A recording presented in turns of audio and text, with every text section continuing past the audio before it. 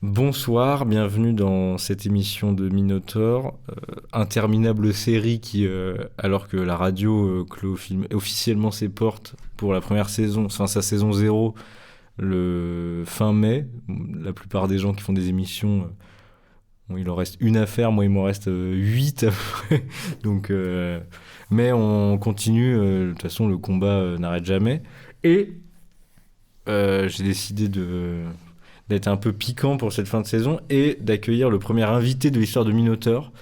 Il est déjà venu. Je pense pas que beaucoup de mes auditeurs l'aient entendu car personne n'écoute cette émission, mais il est bien apparu lors d'un Nos Conversations Célestes, émission en direct sur Potrominé un vendredi sur deux. C'est Mathieu. Bonjour, merci pour l'accueil. Qui est un membre éminent du monde potrominé, un homme de l'ombre, si je puis dire, un des premiers soutiens avant que tout explose. Et pour ça, on lui en est reconnaissant. Et donc, le sujet de cette émission, c'est les blocus. Alors, je pense qu'on va garder ça. Au final, j'avais hésité dans le nom et je voulais appeler ça Souvenir de blocus, pas en souvenir, en hommage à Mathieu Mériot. Donc, je pense que ce sera ça. En tout cas, donc Souvenir de blocus. Donc, le sujet, c'est les blocus à travers plusieurs angles, et souvenir parce que, et c'est la raison pour laquelle j'ai voulu inviter Mathieu, mon expérience relève maintenant, en termes de blocus, du souvenir, du passé, car je risque pas d'en refaire, en tout cas pas dans le milieu scolaire, parce que là on parle de blocus scolaire, je sais pas si le terme peut Oui, s'appliquer scolaire et universitaire.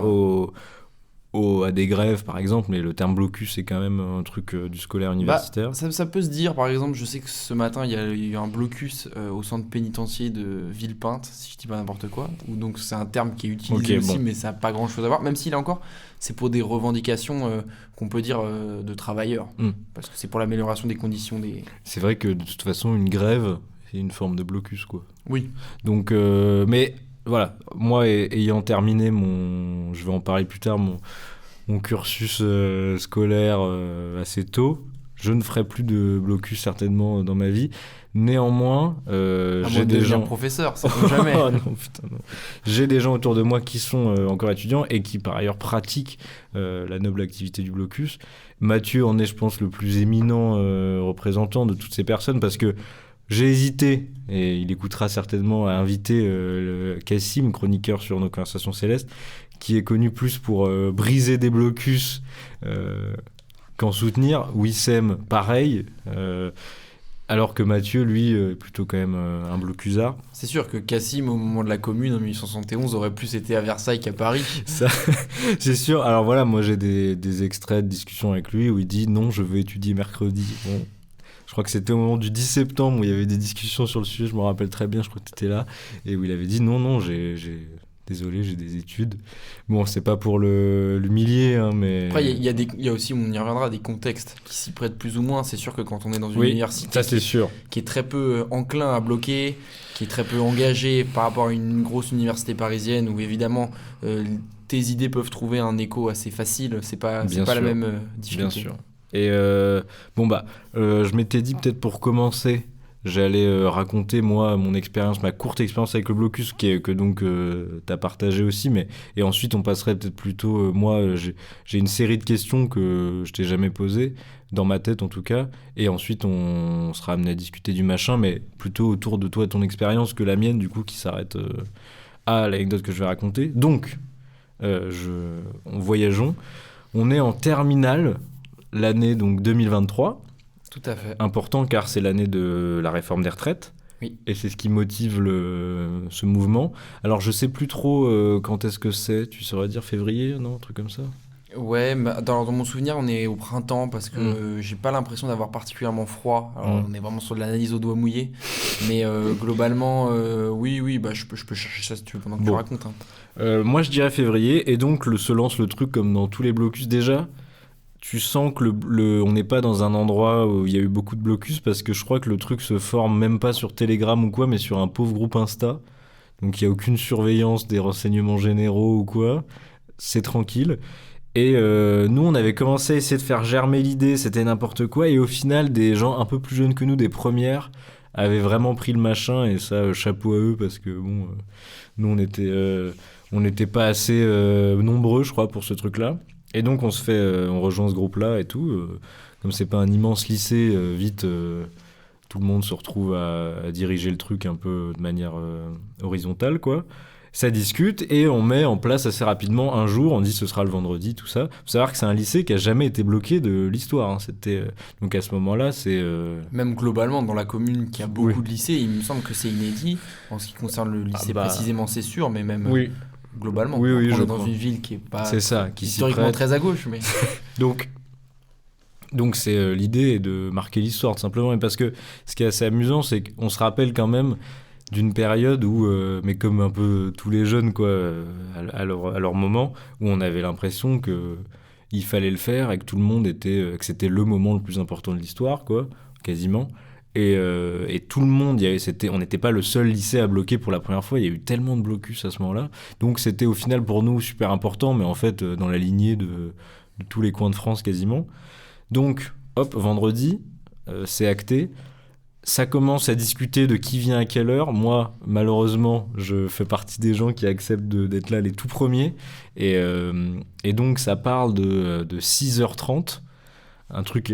parce qu'il faut être là avant les premiers arrivants et tout. Précisons pour ceux qui ont quitté le lycée il y a bientôt un bon bout de temps. On considère que le début des cours est à 8h. Donc, que l'équipe, entre guillemets, des surveillants, etc. est là vers 7h40, 7h45. Exactement. Donc, nous, on se dit il faut venir vraiment très tôt. J'arrive accompagné d'un camarade qu'on appellera la Garrigue. Putain, on dirait vraiment un pseudo alors que c'est vraiment son blaze. Mais donc, on dirait un mec des Misérables, la Garrigue, quoi. Donc, le camarade la Garrigue avec qui on y va, et on arrive 3-4 mecs. Déjà, tu te dis, moi, ma première truc, ça a été on va pas réussir. Parce que tu te dis, là, on est vraiment 4-5, on a prévu de bloquer le lycée. Il y avait sur les 3, t'avais un tout minuscule mec qui avait plus de masque sur la tête que de tête. Un autre gars dur à identifier, j'ai un peu oublié sa gueule, et une espèce de phare dans la nuit qui était donc à l'époque, c'était à quel point on n'était tellement pas dans le monde militant. Je me rappelle qu'on l'appelait le mec de la France Insoumise. Alors bien sûr que c'est pas un mec important de la France Insoumise, mais je crois que c'était le seul qui devait faire partie d'un groupe d'action. Parce que nous, on avait déjà notre fameux groupe d'action, mais qui à ce moment-là n'existait pas encore. Il était pas encore ce qu'il est aujourd'hui, c'est-à-dire un truc majeur, bien sûr. Et donc, ce mec-là, tu vois, tu te dis, ok, lui, on va l'écouter. Et donc, ça commence à nous hurler vite, les poubelles et tout, sur toute l'avenue, on chope toutes les poubelles possibles. On pourrait y revenir, mais les premières minutes sont vraiment déterminantes dans le sens où, à partir du moment où on alerte les gens par notre présence, il faut aller vite et il faut être tout de suite efficace. Et alors, je pense qu'on a bénéficié d'un avantage, on n'avait aucune expérience pour la plupart, mais le lycée non plus.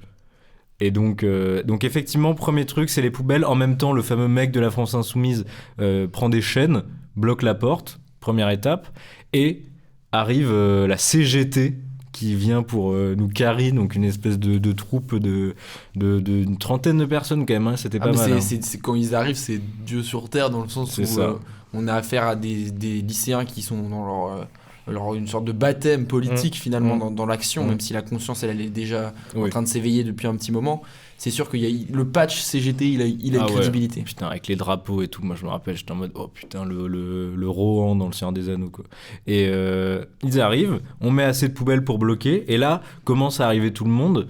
Donc des gens du fameux groupe Insta, donc je crois qu'il y avait une trentaine de personnes. Toi t'es là déjà à ce moment-là, t'es arrivé un peu au courant du début, et on arrive au moment de... Ah oui, préciser que dès le début, donc effectivement les gens du staff arrivent à 7h40, et ça commence déjà, je me dis là c'est du concret, c'est la première fois où je fais face à l'adversité dans la politique, où il faut dire à la CPE de dégager, quoi. Et donc on dit vraiment non, aujourd'hui il y a blocus, et t'es en mode et la meuf devient ouf et tout, et je crois qu'il y a une embrouille. Heureusement là les gens de la CGT sont là, car ils disent juste à la meuf non, c'est comme ça que ça marche, il y a une première embrouille qui dégénère pas, et un peu plus tard dans la matinée ça se tendra vraiment. Mais c'est sûr que je te rejoins sur le côté, pour la première fois on a quelqu'un en face physiquement, c'est pas une histoire de commentaires ouf, sur les réseaux sociaux ou quoi. Non. Là il faut assumer ce qu'on fait et assumer ce qu'on pense. Ouais, et ça c'est un premier truc où je pense que tu fais tu fais face au truc, et c'est un truc, c'est con, mais où tu décides de devenir quelqu'un d'actif politiquement ou non, quoi. Ah bah là, tu te mouilles. Tu te mouilles,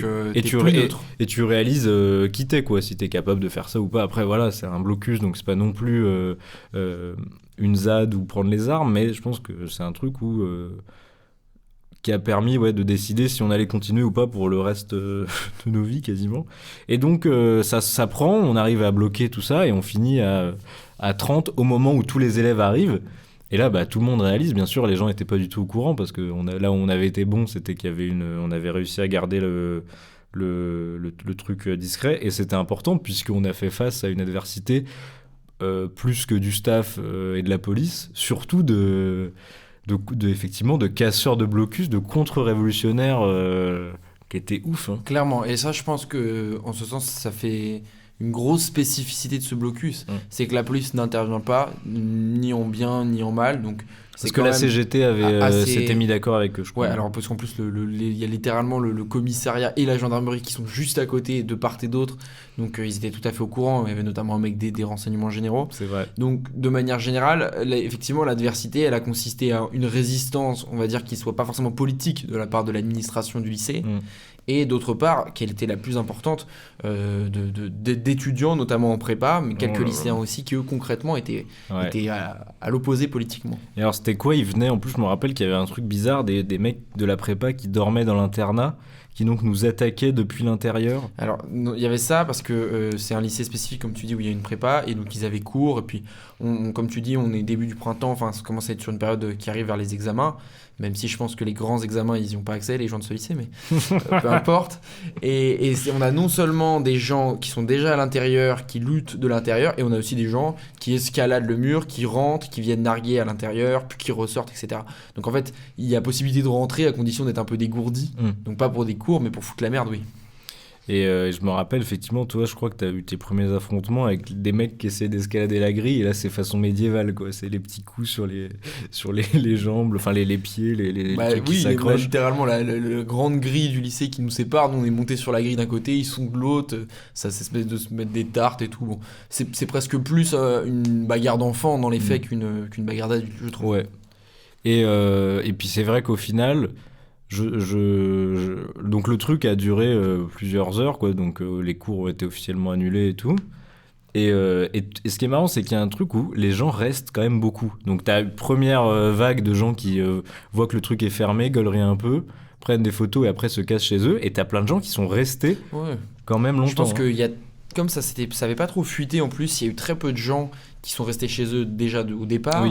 Et ensuite, dans ceux qui sont arrivés à 8h, on n'a pas tout de suite la confirmation que les cours vont être annulés. C'est quand même ça la priorité de la majorité silencieuse.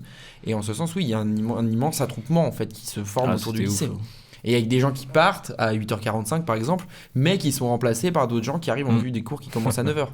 Ouais, et donc c'est vrai que ça se composait avec nous qui étions, je sais pas, une quinzaine sur les poubelles.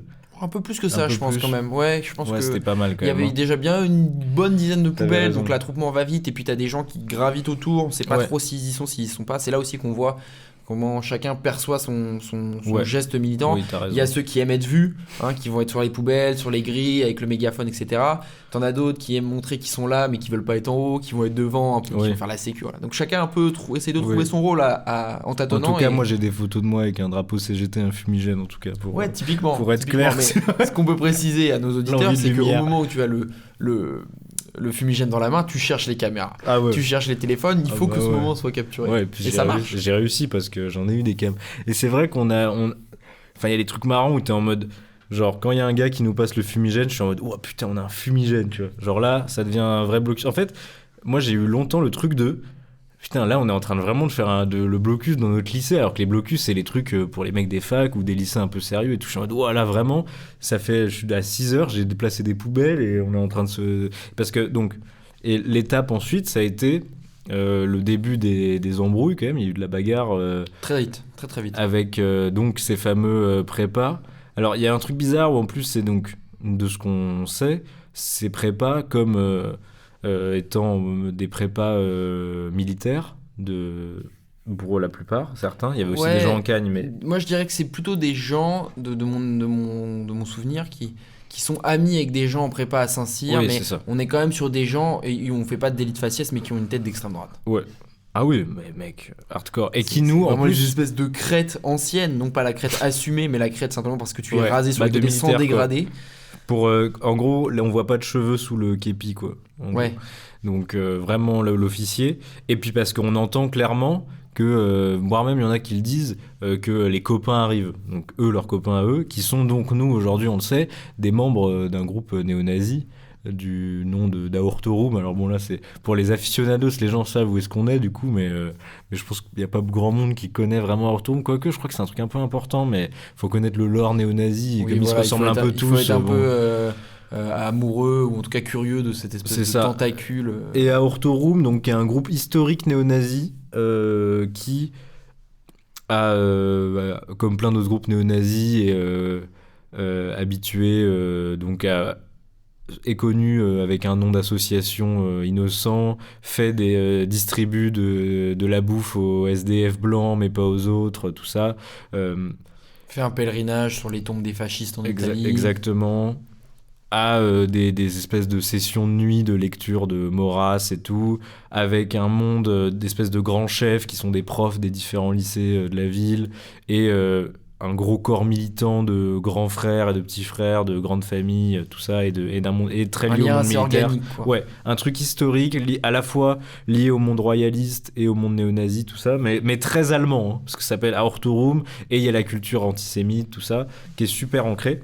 Puis je pense aussi que c'est des groupes, spécifiquement ici, mais qui se construisent en marge d'une sociabilité plus large, où par exemple il peut y avoir des pique-niques qui sont organisés, ou pas mal aussi de collectifs qui sont liés avec les cathos de la ville. Et en fait, il y a des gens qui... Enfin, c'est des mondes qui se mélangent, un peu comme si c'était la version un peu radicale de toute cette sociabilité très à droite, très traditionnaliste, très conservatrice, même complètement réactionnaire. Ouais. Donc c'est pas un groupe complètement, on va dire, indépendant qui ressemblera à une secte. C'est vraiment un groupe qui s'inclut dans des réseaux de sociabilité dans toute la ville. Et là où je suis d'accord avec toi, il y a le lien, il y a deux choses.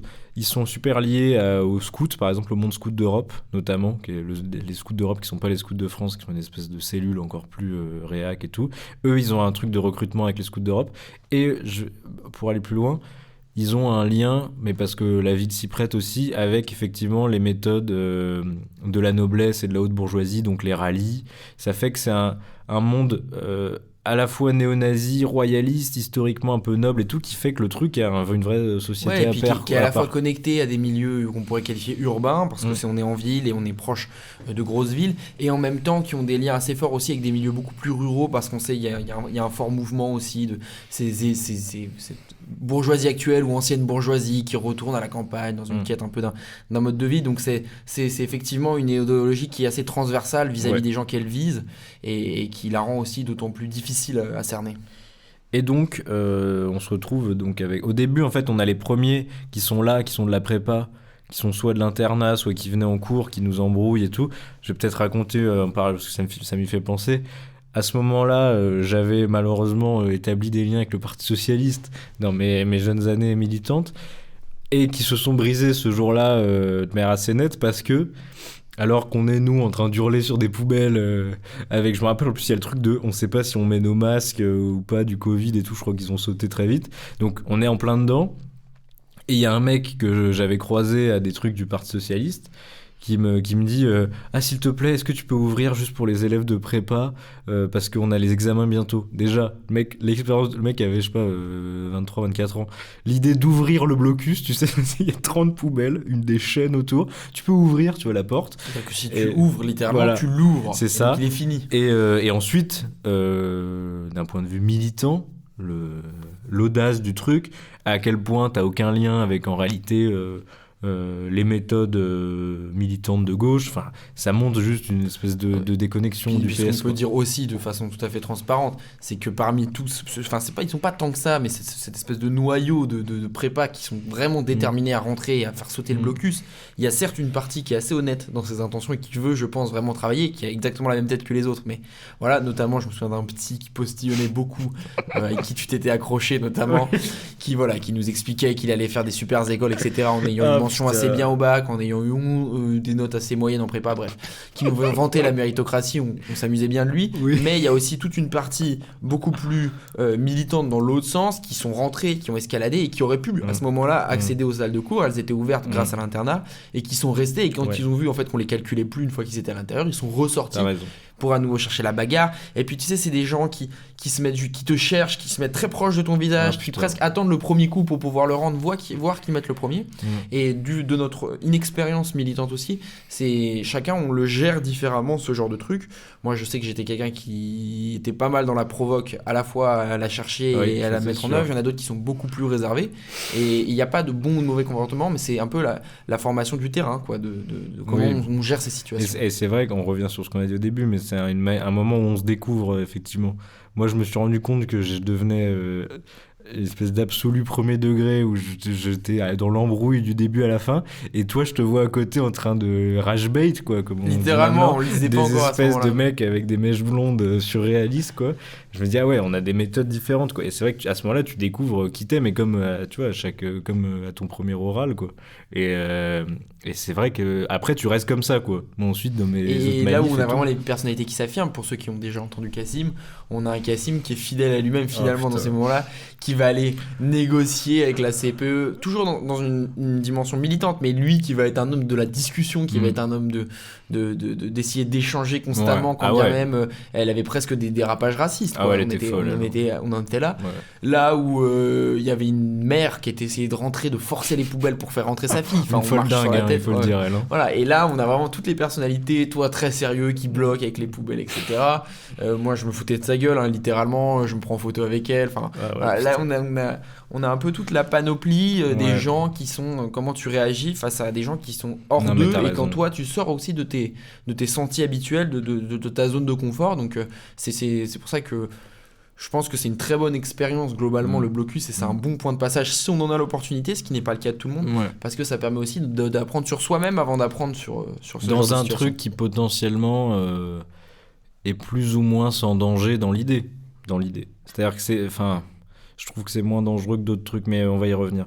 Mais c'est vrai que Cassim, parce que je me rappelle qu'aussi lui, il voulait effectivement débattre avec les fameux prépas contre-révolutionnaires. Il voulait convaincre, je pense. Et le mec, encore aujourd'hui, c'est ça, quoi. Dans tous les contextes, il adore l'idée du débat, l'idée c'est de très convaincre. noble d'ailleurs, parce que je pense que typiquement, je vais le comparer avec moi qui suis peut-être à ce moment-là la version la plus opposée à lui, et je pense qu'il fait plus avancer la cause que moi sur le moment. Peut-être. Après, les mecs, enfin, on peut débattre de est-ce que c'est vraiment l'objectif de faire convaincre. Parce que c'est vrai que les mecs. Après, je me rappelle de moments où il arrive vraiment à pousser les mecs à discuter un peu, les moins insupportables. Après, ça a eu une limite parce qu'il y a un moment donc où ça a pété. Alors, je crois dans mes souvenirs, c'est le moment où les mecs. Il y a deux trucs. Il y a les mecs qui sont allés acheter des œufs. Tu te rappelles de ça ? Ouais. Et il y a eu un drapeau français. C'est un peu en même temps. Et donc premier truc, les œufs, c'est tout simple, les mecs sont allés acheter des œufs et il y a eu un jet d'œufs sur à peu près tous les blocusards.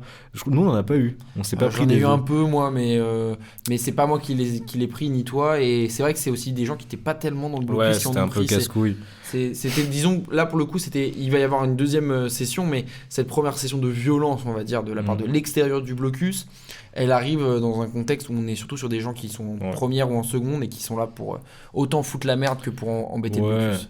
Ouais, et puis c'est vrai que c'était les... En fait, nous on était vraiment les emmerdeurs, on méritait d'avoir tous les œufs au-dessus et tout, et devant nous t'avais une espèce de première ligne qui était là pour hang out, pour faire un peu nombre, mais qui parlait et un tout. peu une zone tampon, quoi. Ouais, c'est ça. Donc nous on utilisait comme la chair à canon, du coup, visiblement quand tu penses, mais depuis notre QG en haut sur les poubelles. Et en même temps, il y a une espèce de... On parlait des prépas et tout, mais il y a un groupe qui se crée d'anti-blocus, plutôt on va dire anti-gauchistes à ce moment-là, de lycéens plus quelques prépas, mais qui eux sont pas du tout dans le lore néo-nazi, qui sont des espèces d'idiots joie-bourg, mais pas directement, je veux dire. Il y en a peut-être un ou deux qui ont des grands frères qui... Voilà, mais dans l'idée, c'est pas des gens qui à ce moment-là, c'est comme tu dis, c'est anti-gauche, c'est les woke, quoi. C'est ça. Et donc ils se créent, ils font une espèce de masse avec donc des mecs avec des middle parts surréalistes et des polos à la con, j'ai un polo là actuellement, et des meufs avec des foulards et des trench. Oui, et puis aussi des doudounes sans manches. Il y avait tout ce qu'il fallait, alors que c'était des premières secondes, tu vois, t'es en mode avant de devenir sérieux. Mais un jogging, tu vois. Regarde, il y en avait qui mettaient des jogging pour faire la street aussi. C'est ça qui était marrant. T'en avais aussi qui étaient en mode. La veille, ils étaient en mode street. Et le jour du blocus, bon, bref. Et donc, ils font masse. Et à un moment, je sais pas d'où ils sortent, ils trouvent un drapeau français. Alors, ça, déjà. Mais dans mon souvenir, on a déjà passé 10 heures. Ça veut dire que, tu vois, typiquement. Il a pu avoir des gens qui rentrent chez eux, qui en ramènent, etc. Mais effectivement, il n'est pas clairement ramené, quoi. Et donc, le drapeau français, ils font pas une Marseillaise ou un truc comme ça? Je sais plus trop, moi j'ai un peu oublié ce moment-là. Juste avant de rentrer dans les détails, je trouve qu'on va pas revenir dessus parce que tu as déjà fait un épisode sur le drapeau français. Ouais, justement. Mais il y a nous, ce qui est très intéressant, parce que eux, c'est une chose, mais c'est surtout, je pense, ce qui nous intéresse dans le blocus, c'est comment on se comporte en tant que militant. Oui. Il y a vraiment un débat qui, je pense, si ça arrivait aujourd'hui, on l'avait eu le jour du blocus, encore lieu d'être, c'est qu'est-ce qu'on fait. Moi, personnellement, je suis d'avis qu'on chante la Marseillaise, pas de souci, tu vois. Il y en a même qui vont jusqu'à la chanter avec eux, il y en a d'autres qui sifflent. Là, on a vraiment une division interne et c'est là où c'est finement joué aussi de leur part à eux. Oui. C'est de savoir tu te mets face appuyer sur les divisions. Et je me rappelle qu'on a ce débat pendant le blocus, nous, parce qu'il faut dire que ça dure longtemps un blocus.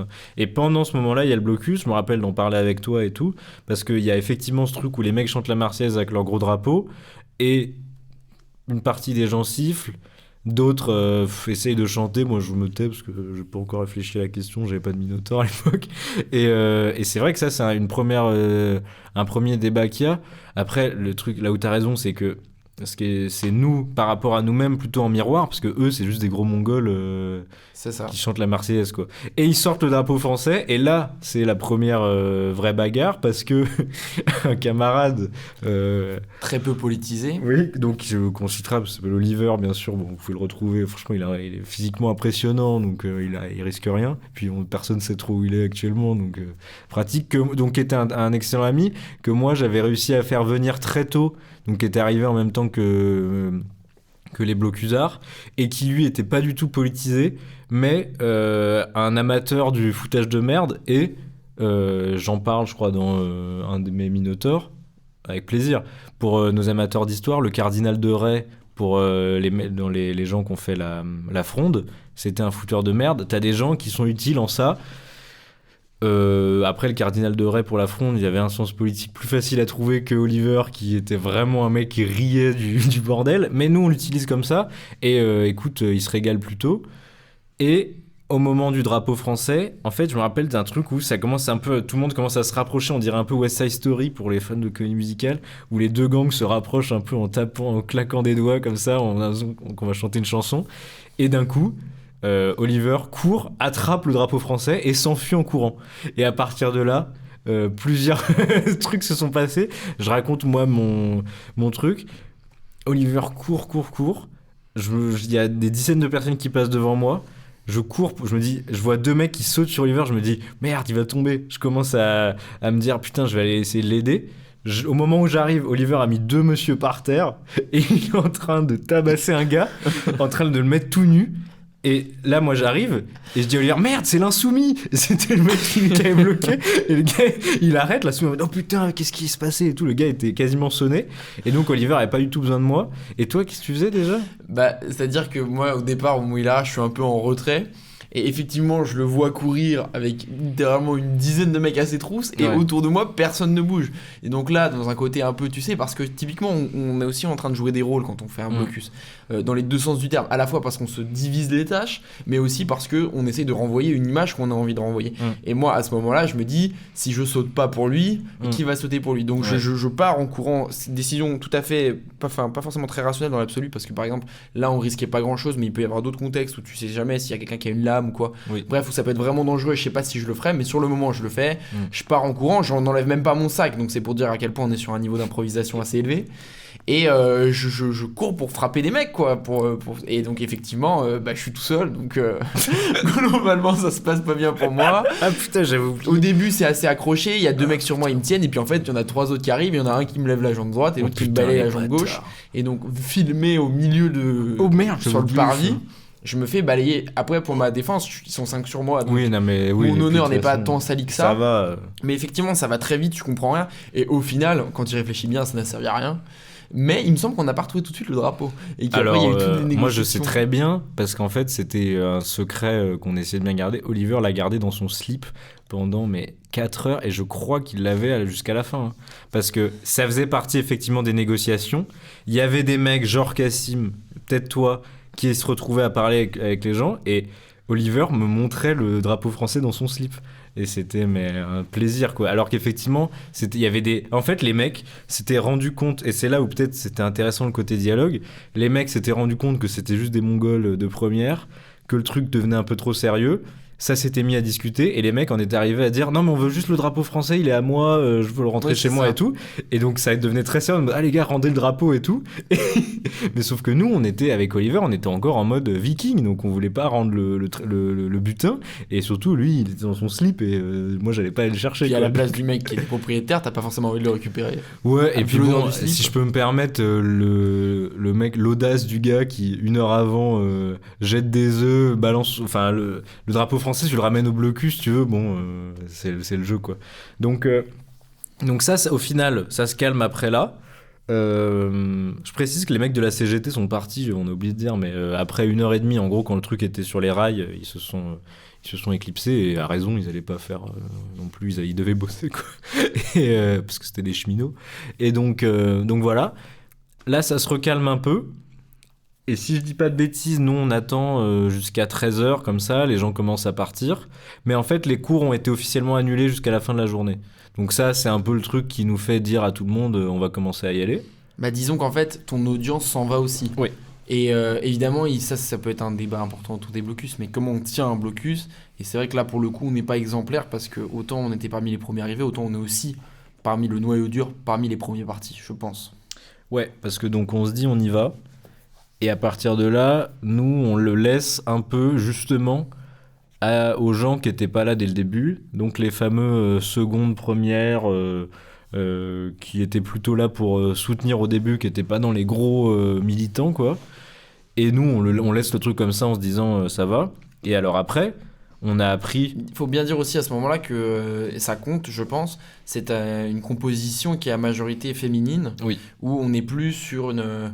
bon, pour ceux qui connaissent, enfin qui ont eu un peu des espaces verts devant leur lycée, il y a pas mal de groupes de gens qui s'assoient. Et bah, c'est un peu ces gens-là qui, au lieu de s'asseoir dans l'herbe, s'assoient sur les poubelles parce qu'ils soutiennent, mais que eux, en fait, nos amis artistes, ils se sentaient moins à leur place au moment où il fallait envoyer des coups de poing et grand bien leur en face au final, même si c'est pas passé. Et c'est un peu ça l'avantage, encore une fois, du blocus, c'est qu'une fois qu'il est installé, il y a la place pour simplement faire nombre, quoi. Et donc nous on se casse en se disant bon le truc va peut-être se calmer au fur et à mesure, mais bon bref. Et en fait on a appris plus tard que quelques heures après qu'on soit partis tous, quoi, les fameux mecs... Moins que ça, hein. Pour moi c'est une grosse demi-heure après. Ouais, t'as raison. Les mecs d'Aortorum, donc les fameux grands méchants, sont arrivés de fait en nombre et ont attaqué tous les gens qui restaient du blocus à base de briques, et avaient des chlasses dans leurs poches qu'ils n'ont pas utilisées. Parce que en gros, ils ont commencé à briquer les gens, il y a eu des espèces de restes de bagarre, et de fait, comme la police était à côté et aux aguets, mais plutôt pour entourer le truc, ils les ont tous arrêtés. Je crois qu'ils ont fait plusieurs arrestations. Moi je me souviens plus, mais moi je m'en rappelle. Ce que je pense, mon intime conviction, c'est aussi que eux ils viennent pour en découdre avec un vrai blocus, oui. Et quand ils arrivent sur un blocus qui est déjà cuit entre guillemets, si on devait faire une comparaison alimentaire, et par déception ils sont quand même violents, mais je pense que ça allait moins loin que ce que ça aurait pu. Eux ils avaient prévu, effectivement, s'ils avaient été face au blocus qu'il y avait le matin, nous on se serait fait briquer la gueule, quoi, en gros. À minima. Et donc la police arrête les gars, il y a je crois 4-5, je me rappelle parce qu'il y avait eu des articles, il y a 4-5 arrestations, et ils trouvent des chlasses notamment. Il y a aussi des gens du blocus qui se font garde à vue, je me rappelle, on citera pas les noms, qui font un peu de garde à vue et qui sortent après, mais les chlasseurs, je sais pas ce qui leur est arrivé, donc les mecs d'Aortorum. Et après rien. Non. Et après le truc, de toute façon je pense qu'ils étaient plus ou moins connus déjà, enfin bref. Le truc se termine comme ça. Alors bien sûr il n'y a pas eu de blessés graves, mais il y a eu des blessés, parce qu'il y a eu quelques briques, encore une fois, et pas de mort du tout. Et pas d'arrestation trop du côté blocusard, si ce n'est, je crois qu'il y a eu une ou deux GAV, voilà. Ouais, après, je pense que ceux qui sommes partis comme nous, on a un peu honte sur le moment. À la fois un côté en mode on l'a échappé belle, parce que mine de rien, personne n'a envie de vivre ça. Et d'un autre côté, c'est un peu la honte, quoi, je trouve. Ouais, mais après, le truc était pas en... Comme il n'y a pas la culture du blocus, on va y revenir peut-être, il n'y a pas... la convivialité, la méthode qui fait que des blocus peuvent durer très longtemps dans d'autres coins où tu t'arrives quasiment, les mecs, il y a les jeux de société, tu vois. Ah bah de toute façon, avec le climat politique, des blocus qui durent très longtemps sont de plus en plus rares parce qu'il y a une intervention policière de plus en plus rapide. Hein. C'est ça. Mais nous, à l'époque, c'est vrai qu'on était en mode, bon, bah c'est fait et tout, quoi. Et pour finir avec mon histoire de blocusien, il y a eu ensuite plusieurs tentatives, parce que bien sûr, le combat contre la réforme des retraites battait encore son plein, il a duré jusqu'à la fin de l'année. Il y a eu des tentatives de nouveau bloquées où, honnêtement, on n'a pas été prums sur le truc, parce que on a très vite, nous, compris que ça allait être dur d'en refaire un. Et donc des gens ont essayé quand même. Bah, le fait est qu'une semaine après, il y a une rumeur comme quoi il y en aura un nouveau le jeudi, si je dis pas de bêtises. Oui. Nous, on sait que c'est faux parce qu'on est sur les groupes et que tu es accueilli littéralement par la police. C'est vrai qu'il y avait les au lycée. Au-delà du fait qu'on pense que ça ne va pas marcher, ça te refroidit quand même bien en termes de motivation. Il y avait une brigade. On peut rajouter aussi que, et ça c'est très important, je pense, dans le rapport des populations lambda à ce genre de mouvement. On est aussi, nous, en terminale, il y a Parcoursup. Il y a tout plein de rumeurs qui circulent, vous pouvez bien imaginer. On nous l'a dit. Hein. Vos noms sont notés, nous l'a dit. Nanani, ça peut vous pénaliser. Ça, hein. Et pour beaucoup, même si c'est sûrement faux, et on sait que c'est sûrement faux, on n'a pas envie de prendre ce risque-là. Et ça, c'est très important. On le voit aujourd'hui dans les débats sur les pétitions. Est-ce que il faut se connecter avec France Connect? Qu'est-ce qu'on fait? Ils vont avoir mon nom. Et même si ça peut paraître un peu absurde vu d'en haut, ou en tout cas un peu dérisoire, c'est des peurs qui peuvent animer vraiment les gens. Et quand on est dans une perspective de mobiliser autour de soi, il faut l'avoir en tête, je pense. C'est vrai, t'as raison. Et donc tout ça refroidit effectivement cette première fausse tentative, et après il y a une deuxième vraie tentative qui se solde de notre côté en des ricanements en allant au cours. Donc nous on est sur les groupes en l'occurrence, sur ceux-là, et ils disent vendredi blocus, tout ça, voilà. Et moi j'arrive à l'école, parce qu'en fait je suis du coup les premiers arrivés à 6h, 7h, dont je fais pas partie cette fois-là. Et ils racontent et ils disent on a mis les chaînes mais le gardien les a enlevées. donc c'est la merde. Il y a eu 3-4 poubelles qui ont été dégagées. Pour leur défense, ils étaient pas assez nombreux. Bien sûr. Et les mecs de fait étaient dans un climat où ils étaient plus ou moins préparés. Et donc nous on arrive à l'école. Moi j'ai SES. Et je passe à côté de 6 personnes qui ont décidé de faire une chaîne humaine sur le côté de la grille parce qu'ils ont été décalés et donc tout le monde peut rentrer. Comme nous, c'était des camarades de fait, hein, certes, voilà, tristes camarades, les camarades, voilà, qui nous disent venez, les gars, pour la première fois de ma vie, j'ai cours, c'est important. Et donc on passe à travers ce truc-là et on décide de pas soutenir. Bon, qu'est-ce que tu voulais qu'on fasse? Et après, il y a plus de nouveau de tentatives. Et moi, depuis, je suis de nouveau, parce que c'est après un an, t'es de nouveau puceau de blocus, donc je suis puceau de blocus, comme si j'en avais jamais fait. Donc toi, par contre, on est d'accord que c'est ta première expérience de blocus, celle qu'on a racontée. C'est la première et elle a un caractère unique parce qu'elle se passe au lycée, elle se passe dans un milieu qui n'est pas entraîné à ce genre d'initiative, et en comparaison avec tous les autres blocus auxquels j'ai pu participer, et Dieu sait qu'il y a des gens dans mon université qui ont participé, disons, beaucoup plus assidûment et donc qui seraient encore plus légitimes que moi à en parler. C'est sûr que c'est un autre type de modèle, le blocus universitaire, mais on peut en parler si tu veux. Bah oui, vas-y, je t'en prie. Pourquoi? C'est différent parce que, pour être transparent, je suis dans une université parisienne très importante, très grosse. Hein, voilà, tu veux pas leak? Bon, je peux le dire, parce c'est pas rien, parce que ça fera référence à des lieux. J'avais prévu en plus de poser des questions. Allons-y, pas de souci. De toute façon, je suis complètement garant de ma liberté d'expression. Tu as raison. J'ai pas de souci avec ça. Donc oui, c'est Paris 1 Panthéon-Sorbonne, qui a notamment un campus qui aujourd'hui est pratiquement en mort cérébrale parce que justement du fait des blocus, nombreux étudiants ont été déplacés dans un autre campus à La Chapelle, mais ce campus auquel je fais référence c'est celui de Tolbiac. Donc pour ceux qui ont certaines références un peu des mouvements universitaires, on est sur une place forte, ou Centre Pierre Mendès France pour ceux qui veulent le nom officiel. Et qui a une culture des blocus, c'est-à-dire que c'est vraiment à Paris, même s'il y a d'autres facs, notamment à Rennes, qui sont très fortes pour ça et très réputées, à Paris, qui dit blocus et gauchiste et machin, nanani nanana, ça veut pas bosser, ça bloque tout le temps pour tout et pour rien, Tolbiac. Voilà. Donc Tolbiac, on est dans le 13e et en fait on est dans un bâtiment qui a été construit pour empêcher les occupations, qui à l'époque où il est construit, je crois que c'est dans les années 60, est un peu la mode, mais qui en revanche est assez simple à bloquer parce qu'il y a au milieu, c'est un grand bâtiment carré, au milieu il y a une espèce de comme une place à l'intérieur du bâtiment où il y a des ascenseurs de toutes parts, et donc si tu bloques l'accès à ces ascenseurs, le bâtiment est complètement paralysé. Et donc à Tolbiac, il y a cette culture vraiment du blocus, il y avait eu tout plein de mouvements sociaux, ils y sont tous passés. Et donc là, en fait, quand tu es étudiant et que tu t'intéresses à ces causes-là, tu rentres vraiment avec le potentiel maximum pour t'impliquer, si tu le veux, parce que de toute façon, notamment quand j'étais en L1, il y a énormément de blocus, c'était surtout pour la Palestine.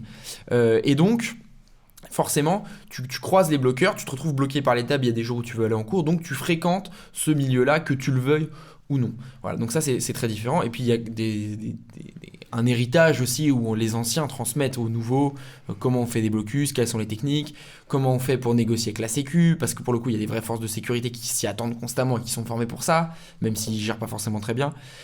Comment tu fais pour tenir un blocus, quelles sont les discussions, et puis aussi le fait que pour le coup on est des gens qui soient politiquement beaucoup plus affirmés, et que tu aies justement une confrontation parfois frontale entre les courants, entre ceux qui sont syndiqués, entre ceux qui sont dans des assos étudiantes, ceux qui se revendiquent complètement indépendants, ceux qui vont avoir tendance, même si c'est pas trop la norme, à être affiliés à un parti de près ou de loin, entre les différents courants de la gauche, par exemple les marxistes, ceux qui sont anarchistes, ceux qui sont là pour entre guillemets mettre en avant des causes qui sont plus en dehors des carcans classiques. Par exemple, il y a beaucoup de féminisme qui est représenté, de soutien aux minorités, etc.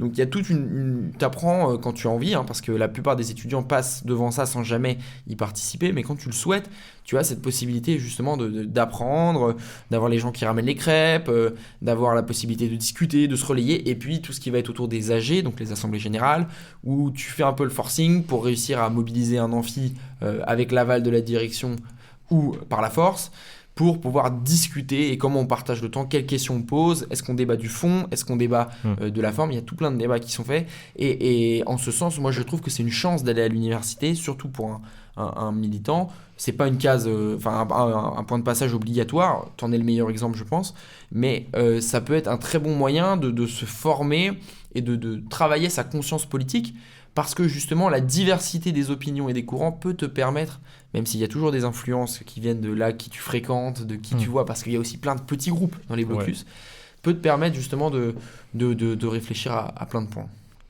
Et justement, comme Tolbiac, maintenant on parle quasiment au passé, parce que c'est... Oui, juste aparté pour que les gens comprennent bien, ce qu'il faut comprendre dans la sociologie de qui bloque et qui ne bloque pas. À Tolbiac, il y avait plein de licences, il y avait économie, histoire, philosophie, un peu de Sciences Po, pas de droit par exemple, qui est historiquement plutôt à droite. T'avais géographie, puis t'avais un peu des gens d'éco-gestion, des trucs comme ça. Et ça va être ce qu'on va appeler les licences plus littéraires, plus humanistes. Ça porte peut-être bien son nom.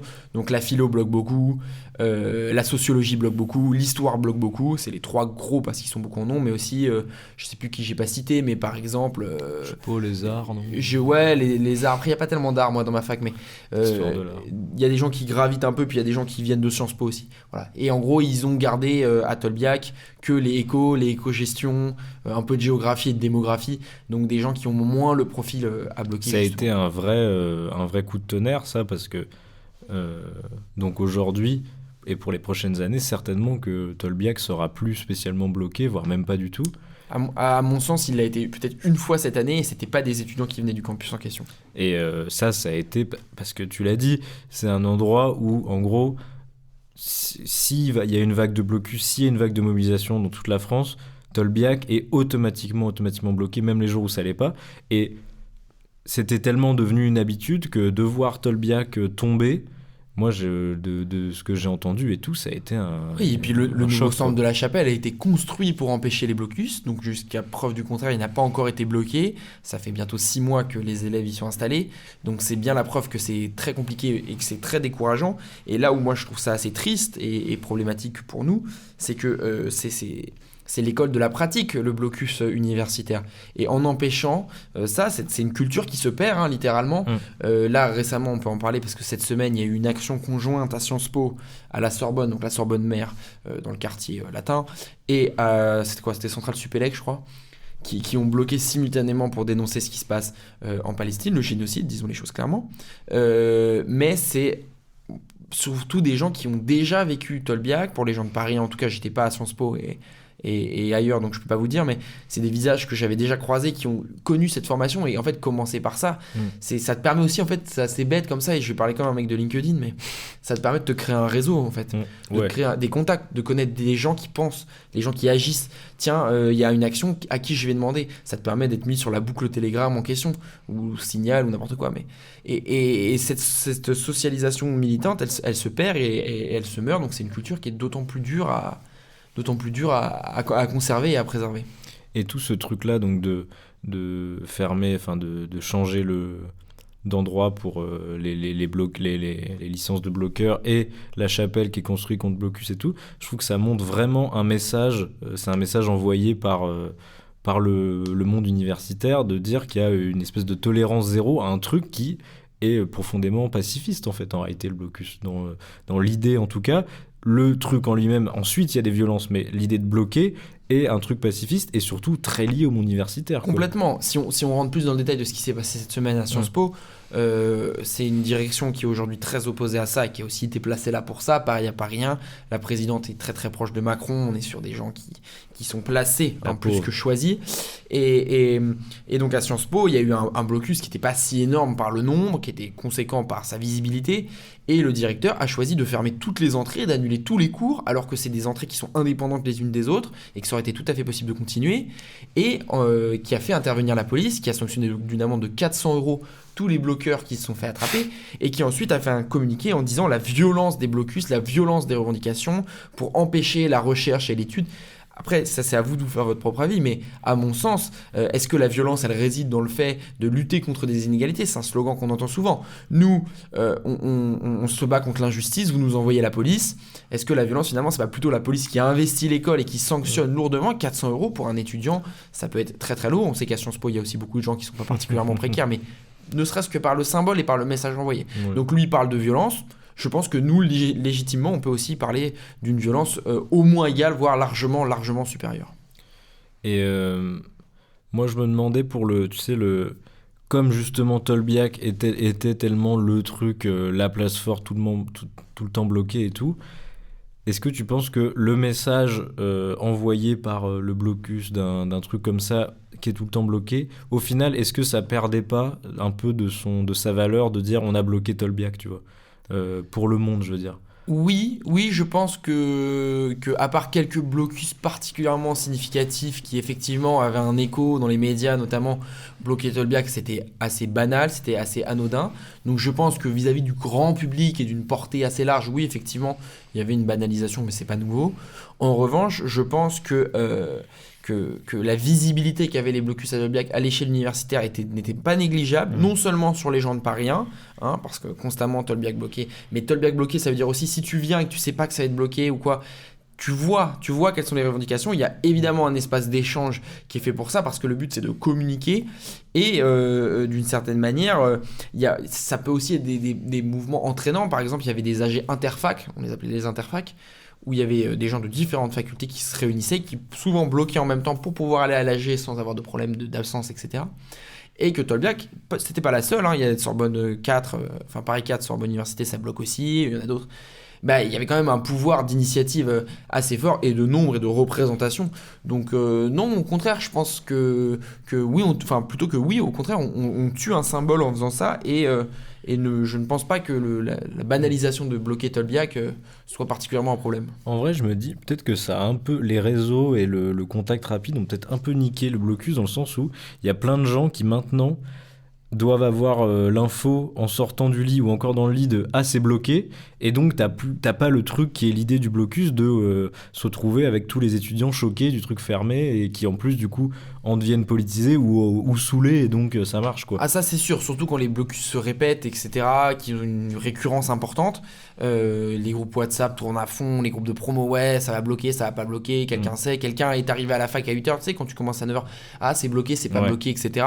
Donc l'enjeu pour les bloqueurs, c'était justement d'essayer de rester le plus secret possible, mais comme tu as besoin d'être au moins à Tolbiac pour le bloquer, il faut au moins être 30 à l'ouverture, donc c'est difficile de pas faire fuiter l'information, mais en même temps, quand la communication elle est bonne, c'est parce que justement ça a été surprise. Cette semaine à la Sorbonne, personnellement, étant moi-même pas au cœur de ces milieux-là, mais très proche, ben, je n'étais pas au courant qu'il y avait un blocus. Et donc forcément, ils arrivent dans la cour, ils ont jeté des tentes, le grand drapeau, etc. Et là, forcément, bah, t'as de la visibilité parce que c'était pas envisagé. Donc oui, effectivement, c'est un défi très important. Et puis il y a toujours des taupes dans les groupes, disons les choses telles quelles. Surtout pour un truc comme Tolbiac, quoi. Oui. Et dans puisque c'est fini, la grande époque de Tolbiac, un blocus, ça dure combien de temps concrètement, un blocus réussi? Un blocus réussi classique, sans dire, parce qu'il y a eu aussi des occupations au moment de d'autres mouvements que j'ai pas connus moi. Ça commence assez tôt. Ça dépend aussi si tu veux bloquer de l'extérieur ou de l'intérieur. Bref, ça n'intéresse pas forcément tout le monde d'avoir les détails, mais ça commence vers 7h, 7h15, 7h30. Quoi. Dès que les portes s'ouvrent, il faut tout de suite rentrer et bloquer. Et pour moi, le blocus, il dure jusqu'au temps du midi. Ça, c'est la première phase, la plus importante. Enfin, la première et la deuxième phase. La première phase, c'est de bloquer. La deuxième phase, c'est le temps du matin, où on tient vraiment le blocus, où il y a du monde, parce qu'il y a encore des gens qui espèrent avoir cours. Et puis, ils annulent pas souvent les cours de l'après-midi dès la matinée. Ils attendent le midi. Et c'est vrai qu'à partir du midi, il y a beaucoup de monde qui partent. Moi, le premier en général. Et il reste quelques personnes sur les tables parce qu'il faut les tenir. Comme on disait, tenir la barricade à l'époque, parce qu'on se rejoint vraiment dans ce phénomène de barricade. Et ça va se finir 15, 16h, 17h quand il fait beau l'été. Et puis en général, ce qu'il faut savoir, c'est que ce sont les bloqueurs qui rangent. On a tendance à avoir le cliché de on détruit, on casse. Je n'ai pas fait souvent jusqu'à la fin du blocus, mais à culpa. Mais quand je l'ai fait, je sais que tu remontes les tables, tu les remets dans les salles, etc. Mais là encore, comme on parlait tout à l'heure des personnalités, il y a ceux qui aiment pas se lever le matin, qui vont venir tenir la barricade parce qu'ils sont avec les copains, ils discutent, c'est sympa. T'as ceux qui sont en mode « Oh, j'ai plein de choses à faire, donc je viens, mais à 11h, je me suis barré. » Et on essaye d'être complémentaires, mais c'est pas toujours le cas. Ouais. Et moi, je me demandais pour les violences, tu vois, genre est-ce que justement dans une fac comme Tolbiac vous avez affaire souvent à des trucs, des briseurs de blocus comme j'ai eu affaire à mon lycée, tu vois? Alors il y a évidemment des formes de violence, parfois même peut-être plus importantes que dans les lycées, mais qui sont très différentes. Déjà, à part à la Sorbonne où il y arrivait assez rarement, mais quelques fois que la police entre, j'y étais pas donc je vous en parlerai pas aujourd'hui, la police ne rentre pas trop. Ce sont des violences qui viennent plutôt de l'administration, parce qu'il y a tout plein d'agents de sécurité dans les bâtiments qui t'empêchent, sauf exception, de bloquer, surtout quand c'est récurrent. Et donc, tu as toute cette quête d'aller récupérer des tables. À mon sens, c'est le plus drôle, mais c'est aussi le plus violent, où tu essayes de forcer des portes. Il y a des gens qui savent crocheter aussi. Tu rentres parce qu'ils sont fermés toutes les salles à clé quand s'y attendent. Faut récupérer des tables, faut réussir à les descendre parce que si elles viennent d'en haut, etc. Tu peux avoir des agents de sécurité qui te bloquent. Des gens qui peuvent être violents, quelques profs parfois même, des agents de sécurité. C'est pas trop des étudiants qui empêchent, en tout cas à Tolbiac, mais Tolbiac avait la spécificité d'être entre guillemets perdu pour la cause des droitards. Mais en revanche, il faut avoir déjà essayé de bloquer le campus de droit, qui est un petit campus, qui est difficile à bloquer parce que l'entrée donne directement sur la rue. Là oui, tu peux avoir de la violence avec des élèves qui sont opposés, qui t'arrachent les tables, qui te poussent, qui forcent l'entrée. Ça m'est déjà arrivé, mais il y a moins ce côté quand même, à part peut-être sur les campus de droit, ce côté vraiment opposition politique comme il y avait pu avoir au lycée, parce qu'il n'y a pas de groupe organisé de droite. Et puis il faut pas oublier aussi que c'est pas juste de droite, c'est souvent d'extrême droite, parce que juste de droite, bon, ça te fait chier, tu vas les insulter de ton côté, mais tu vas pas venir en fait. Ouais, je me rappelle de trucs l'année dernière, j'avais entendu des groupes très organisés de bloqueurs de blocus qui venaient soit d'Assas ou de conneries comme ça, où eux se font font de briser les blocus une vraie arme de militantisme, quoi. Là, pour moi, l'arme qu'on croise le plus, c'est la menace de casser le blocus. C'est-à-dire qu'il y a des gens qui font courir le bruit que du monde va venir pour casser le blocus, ça en décourage certains. T'as des groupes qui se forment, t'as des screens qui fuitent. Et en fait, tu te demandes, est-ce que ces screens ils fuitent parce qu'il y a une taupe de gauche, entre guillemets, dans le groupe qui les fait sortir et qui prévient, ou est-ce que ça témoigne aussi d'une volonté de faire sortir. Bon, moi je sais aussi qu'il existe des gens qui clairement créent des groupes, des fausses conversations, soit dans un sens, soit dans l'autre, pour renvoyer une rumeur qui leur serait favorable ou qui serait défavorable aux gens qui combattent. Et donc ça, typiquement, j'en ai pas la preuve, mais je pense aussi que quand il y a besoin de radicaliser un peu le truc parce qu'il est trop mou, il y a des gens qui créent des fausses conversations de gens de droite qui ont pour but de d'énerver la plèbe pour que la plèbe soit plus véhémente vis-à-vis des anti-blocus. Ouais. Mais tu parlais du fait qu'à Tolbiac, la police intervenait pas forcément tout le temps. Mais moi, je me rappelle avoir vu des images souvent de lycées ou de trucs comme ça, justement, dans les grosses dernières périodes, où les Condés arrivaient avec boucliers, casques et tout, pour briser des blocus lycéens. Oui, ridicules, entièrement, mais parce que c'est pas la même juridiction. Ouais. Parce que si je ne me trompe pas, le lycée dépend de la région, la fac c'est national. Et en revanche, oui, les blocus des lycéens sont cassés par la police. C'est pour ça que pour moi, ceux-là, ils sont particulièrement violents. Il y a un lycée en face de Tolbiac. Est-ce que c'est le hasard ? Je ne pense pas. Qui est particulièrement connu pour les blocus. C'est Claude Monet, non ? C'est Claude Monet, je crois, ouais. Où il y a aussi beaucoup de gens de Claude Monet qui qui allaient à Tolbiac pour un peu perpétuer ce truc. Et puis tu as des échanges. Tu as des gens de Tolbiac qui vont aider à Claude Monet, des gens de Claude Monet des fois qui rentrent dans Tolbiac. Et effectivement, là, il y a une vraie violence parce que des fois, dès 8h30 ou même avant, il y a la police qui arrive, qui gaze, qui matraque, etc. Donc oui, il y a une vraie violence pour le coup. Mais parce que pendant des années et des années, c'était sacré une fois que la police n'y rentrait pas. Ces dernières années, comme beaucoup de choses avec le macronisme, c'est des frontières qui s'effacent et qui s'abîment. Ouais, et puis de toute façon, je pense on se rend compte à peine là seulement, de manière généralisée, à quel point, j'en ai parlé plusieurs fois là, sur des Minotaurs, la police a pris un tournant fou là ces dernières années, et dans toutes les strates du militantisme, toutes les manières de résistance où il y a des moyens pacifistes. Typiquement le blocus, c'est le truc que tu peux laisser faire sans problème, puisque c'est toujours pareil, un blocus c'est vraiment le truc où tu crées de la violence en essayant de le briser.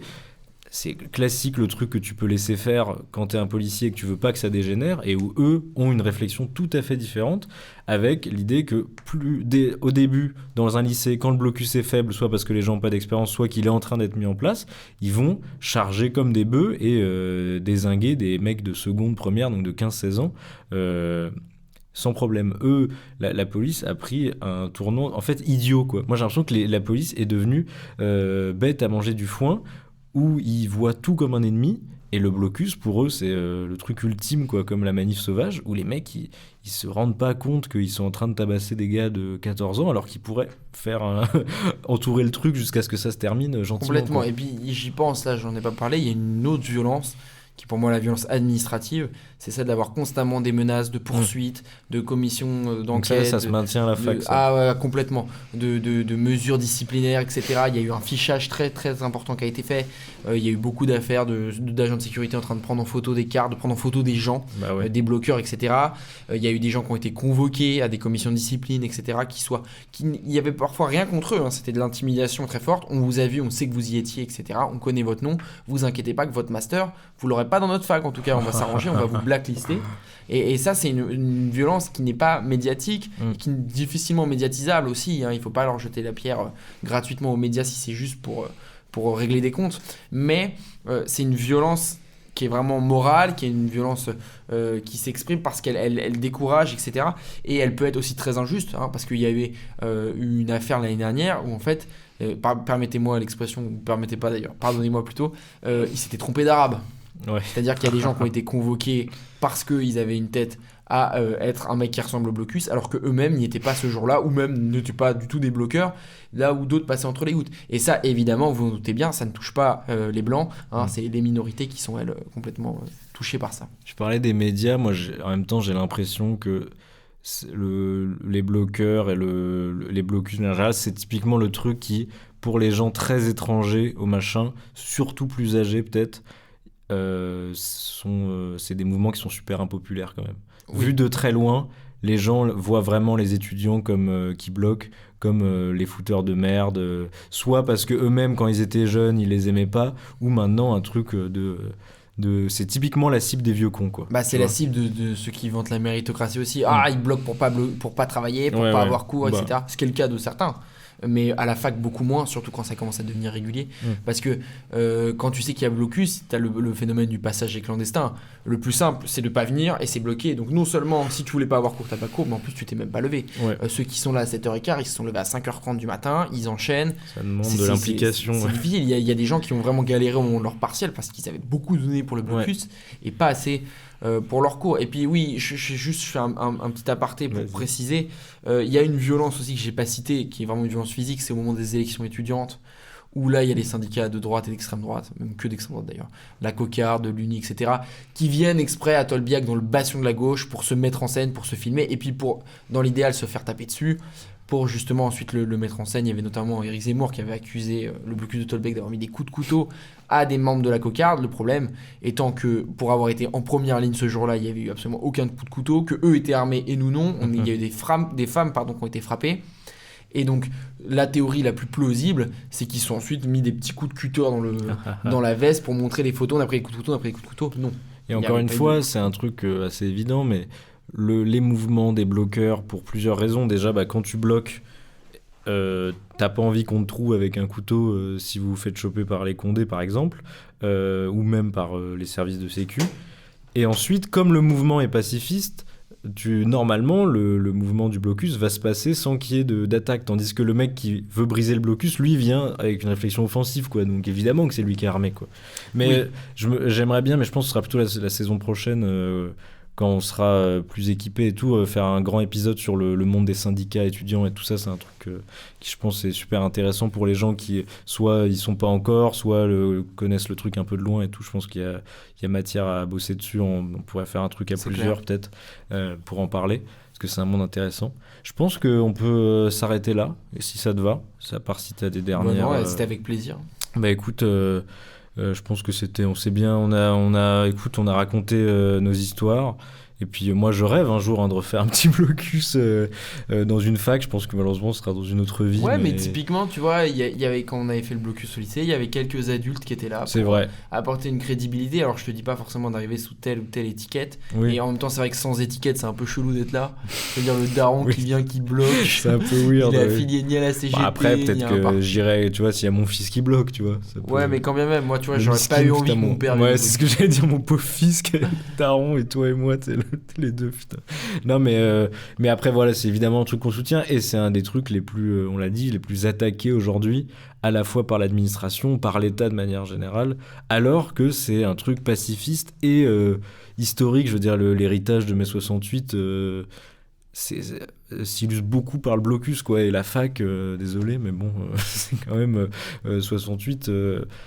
part aussi c'est un mouvement étudiant, donc je vois pas pourquoi le truc des blocus est aussi diabolisé, alors que c'est un truc en réalité beaucoup plus innocent que d'autres machins. Je pense que c'est parce qu'il est facile à attaquer, et voilà, écoute, c'est tout. Je pense qu'on a fait un bon tour déjà. Ouais, et ben voilà, écoutez, merci d'avoir écouté, et puis à la semaine prochaine, faites des dons et à Potron Minet, et puis voilà, quoi.